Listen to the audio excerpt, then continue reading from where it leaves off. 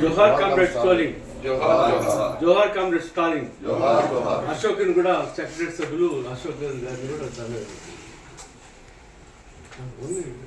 ఉన్నాయండి ఇక్కడ పెడుతున్నాను ఎన్ని ఉన్నాయా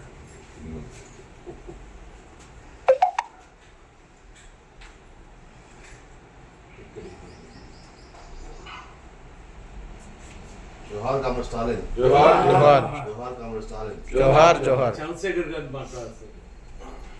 కామ్రేడ్, ప్రపంచంలో మొట్టమొదటిసారి కార్మిక వర్గాన్ని స్థాపించడంలో లెనిన్తో పాటు స్టాలిన్ కూడా కీలక పాత్ర పోషించాడు. ఆ దేశాన్ని రక్షించడం కోసం చాలా కృషి జరిగింది. అప్పట్లో హిట్లర్ ప్రపంచాన్ని మొత్తాన్ని కబలించే టైంలో సోవియట్ యూనియన్ మీద దాడి చేస్తే ప్రజానీకాన్ని అందరూ కూడా సైనికులుగా తయారు చేసి మొత్తం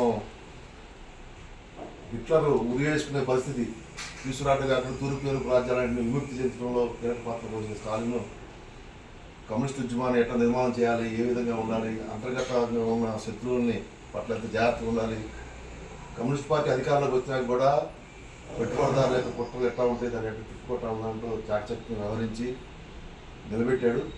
ఆ విధంగా పెద్ద ప్రపంచంలో ఫ్యాసిజానికి వ్యతిరేకంగా పోరాటం చేయడంలో కీలక పాత్ర పోసిన స్టాలిన్ ఆదర్శవంతమైన పరిస్థితి. ఈరోజు భారతదేశ పరిస్థితులు కూడా ఫ్యాసిజం అనుకోయినా కానీ ఆ వరవడిలో దాని చావలిజాన్ని రెచ్చగొట్టే పద్ధతులు ఏదైతే మోడీ ప్రభుత్వం ప్రయత్నం చేస్తుందో ఈ తరుణంలో స్టాలిన్ చేసిన కృషి దాన్ని గుర్తుపెట్టుకుని ఒక బోల్షివిక్ స్పిరిట్తో మన ఉద్యమాన్ని ముందుకు తీసుకెళ్లాల్సిన అవసరం ఉంది. ఆ విధంగా స్టాలిన్ యొక్క రచనలు కూడా చదువుకుని మనం ముందుకెళ్ళాలి. ఇప్పుడున్న పరిస్థితుల్లో కూడా భారతదేశానికి స్టాలిన్ యొక్క కృషిని అర్థం చేసుకుని మనం కృషి చేయడం కూడా అవసరం. కాబట్టి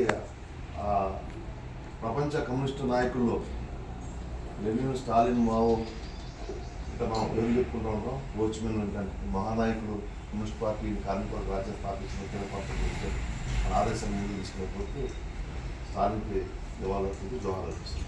కామ్రేడ్స్ మనం కూర్చొని మాట్లాడుకుందాం.